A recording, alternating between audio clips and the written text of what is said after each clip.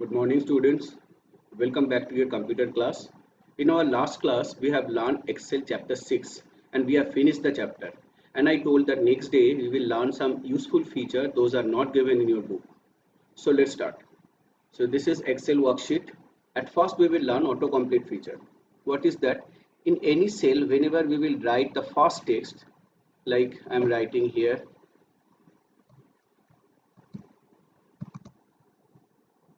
Calcutta.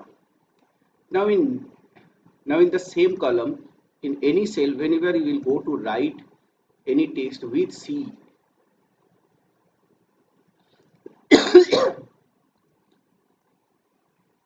so at first we will learn autocomplete feature of Excel. So what is that? If you write any text in a cell, like Calcutta in this cell, now after that if you want to type anything starting with C, in the cell just below that cell, automatically that cell will be completed with the text which was written in the cell above it. But if you want to type any other text starting with C, you have to continue typing like CA. Then also Calcutta is coming because in Calcutta CA were there, but the next letter will change the text. Now it becomes Canada. Now again if you want to type anything starting with C in the cell just below these two cells, you write C, nothing will come because Calcutta and Canada both are started with C. Then if you write A, then also the Canada or Calcutta will not come because in both the texts CA are present. Then if I type N, Canada will come, and if I write L, Calcutta will come. See. And if you want to keep this text Canada in the cell, don't type anything, you just press enter to come out of this cell. So this is called autocomplete feature. It saves our time and effort to retype a same text. Another feature is data series, which already we have learned in our chapter 6, but there we have learned only date time series. But other type of series can also be made, like text series, number series, those we will learn now. So first we will learn number series. To make a data series with number starting from 1, you have to type 1 first in a cell, then in next cell you write the next number 2, then you select both the cells. Now you come to fill handle and use your mouse to drag the fill handle to select the cell where you want to generate the data series with this number. See now 1, 2, 3, 4, 5, 6, 7, 8, 9. You can continue to increase this data series. For number series, at least we have to write two numbers, first number and second number. So first number indicates that the starting number of the series, and by giving this second number we are telling Excel what will be the difference between two number in the series. Like here I have given 2, that means the difference is 1. So in one difference the series will be generated.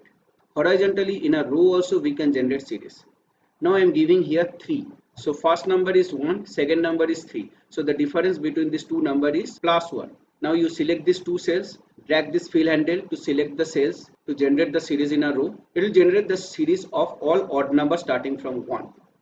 See 1, 3, 5, 7, 9, 11, 13, 15. Everywhere the difference between two number is plus 2. Now after 5 here if I write 4 and then if we drag this fill handle to generate series, so this like series will come.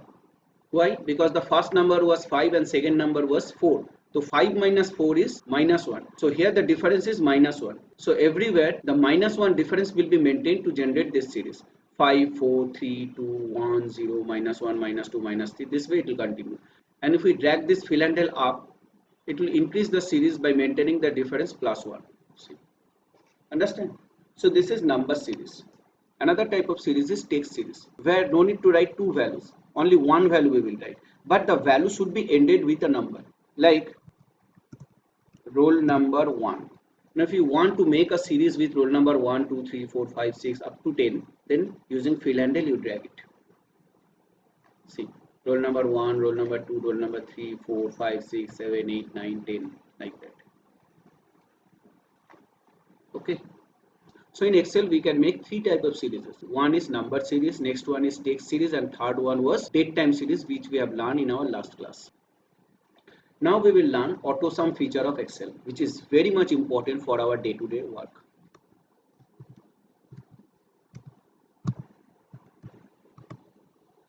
In one column, few cells contains some values.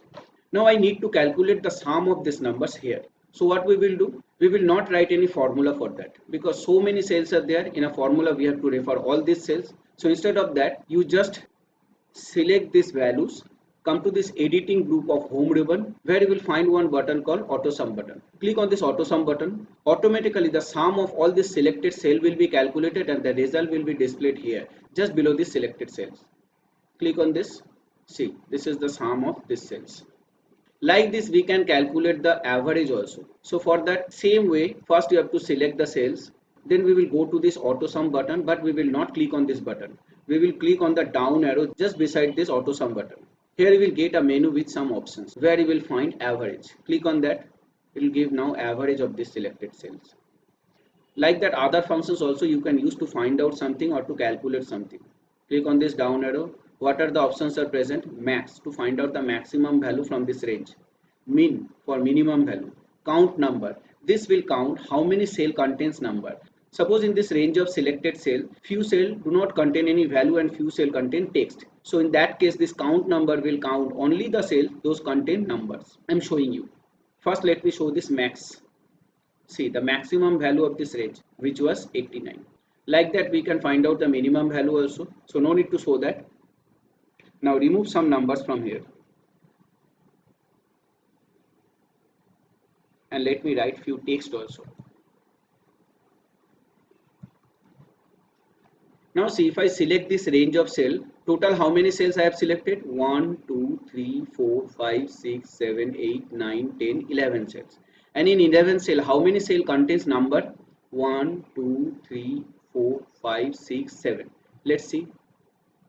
Count number. It is giving what? 7. That means 7 cell contains number. All other cells are either blank or contains text value.